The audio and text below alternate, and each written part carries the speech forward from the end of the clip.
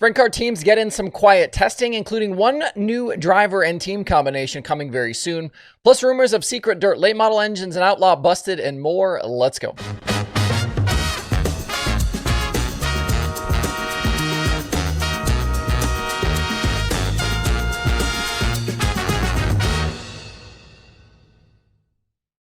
It's Wednesday, March 5th. I'm Justin Fiedler. This is DIRTRACKR Daily presented by Kubota Genuine Parts. Some interesting topics to dive into today. I've spent the last 24 hours since our last show trading a bunch of messages on a few different things with some industry friends. But before we kick things off, a quick message from today's show sponsor.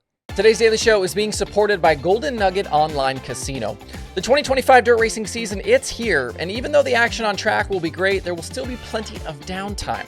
While you're waiting for track work or for that other division to finally finish up, make those moments golden with Golden Nugget Online Casino.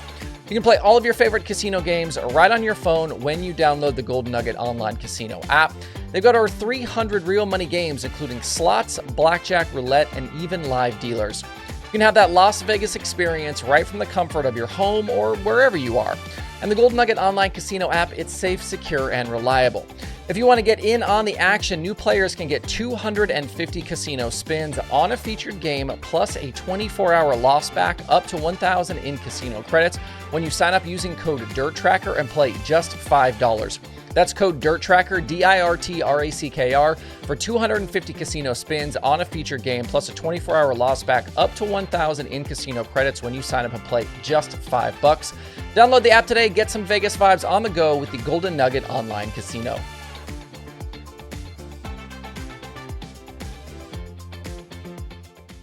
One of my favorite things about doing this show is all the little tidbits of information that get sent my way from all sorts of different sources. Lately, that's included tips on different guys testing and getting in some practices ahead of racing coming up. A sprint car driver we didn't see in Florida with the World of Outlaws to start 2025 was Tyler Courtney and the 7BC squad. But their hauler was headed out last Thursday from Indianapolis, headed west. And Sunshine, obviously a high limit full-timer, but that series doesn't get started at Las Vegas for another week. So why the early start? Well, like I said, testing, of course. I've had images sent to me of the NOS sprint car getting in laps at Central Arizona Speedway, where High Limit will make their debut later this month. That track located south and east of the Phoenix area. I was also told the car was at Vado Speedway Park in recent days, where High Limit will go on April 1st as they start heading back east after the early West Coast swing. Courtney and Clauson Marshall finished second to Brad Sweet last season in the championship battle and are clearly hoping to get out of the gate fast this year. With still some time before Vegas, I wouldn't be shocked if they made some other stops as well. Another interesting sprint car test session happened this week at Carolina Speedway here right near Charlotte. If you might remember back to November, we did a daily show where we talked about some of the reasoning for why Joe Gibbs Racing had eased the dirt racing restrictions for Christopher Bell.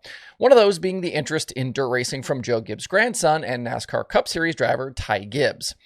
Ty made a bunch of appearances last year at Millbridge, driving for Chad Boat in micros, then jumped in a midget and raced Turkey Night to end the USAC midget season. He then also made his debut back in January at the Chili Bowl. In a boat car, he ended up 9th in a B on his prelim night, then won a Saturday G main before going 16th to 6th in an F, which ended his day. Midgets and micros, though, not the end of the story here. Back in November, Gibbs tested one of Bernie Stubjan's Indy Race Parts sprint cars at Ultimate Motorsports Park, and I was told Kyle Larson was there to watch and offer feedback. That test happened with the hopes that Gibbs could make some wing sprint car appearances this year. And it sounds as though that first appearance could happen next week with the Kubota High Limit Sprint Cars at Las Vegas. Remember that Las Vegas event happens in conjunction with NASCAR, and Kyle Larson and Christopher Bell also scheduled to appear at that event. Las Vegas Dirt Track, just like Charlotte and Texas, it's on the same property as the big track. Now this week, actually I believe it was yesterday, an all-black sprint car was making laps at Carolina Speedway with Gibbs in the seat. What's interesting though is who is fielding that car, and it's actually Chad Boat's CB Industries. Boat had previously partnered up with Bell for some winged stuff several years ago, but his team's focus has very much been on midgets and micros. They did expand into non-wing sprint cars this year and have already raced that program with Dazen Persley in the seat. Persley actually left Florida tied for the USAC Sprint Car Championship lead. He had 6 podiums in 6 races and won the final night at Ocala.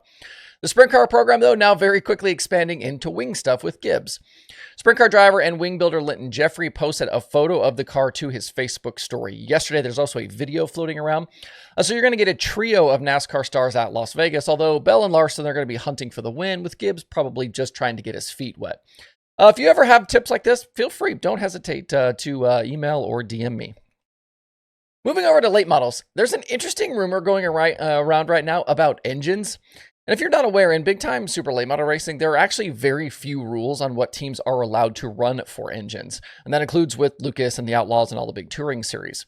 They need to be conventional V8s, aluminum or steel blocks, naturally aspirated, no overhead cams, and there's a few other things in there. A very common setup these days is to run 430 or 440 cubic inch engines. You're looking at somewhere in the neighborhood of 900 horsepower out of those. But given the nature of the cars and the tracks, it can be difficult to get all of that power to the ground.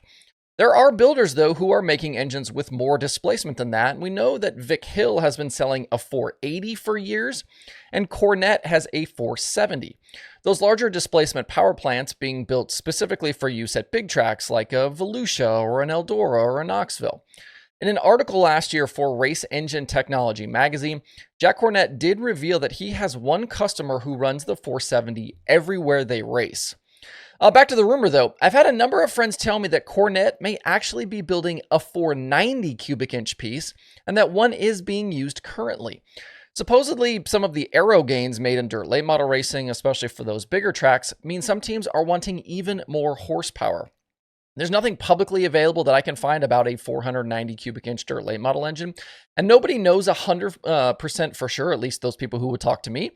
But who doesn't love a good rumor about secret engine projects?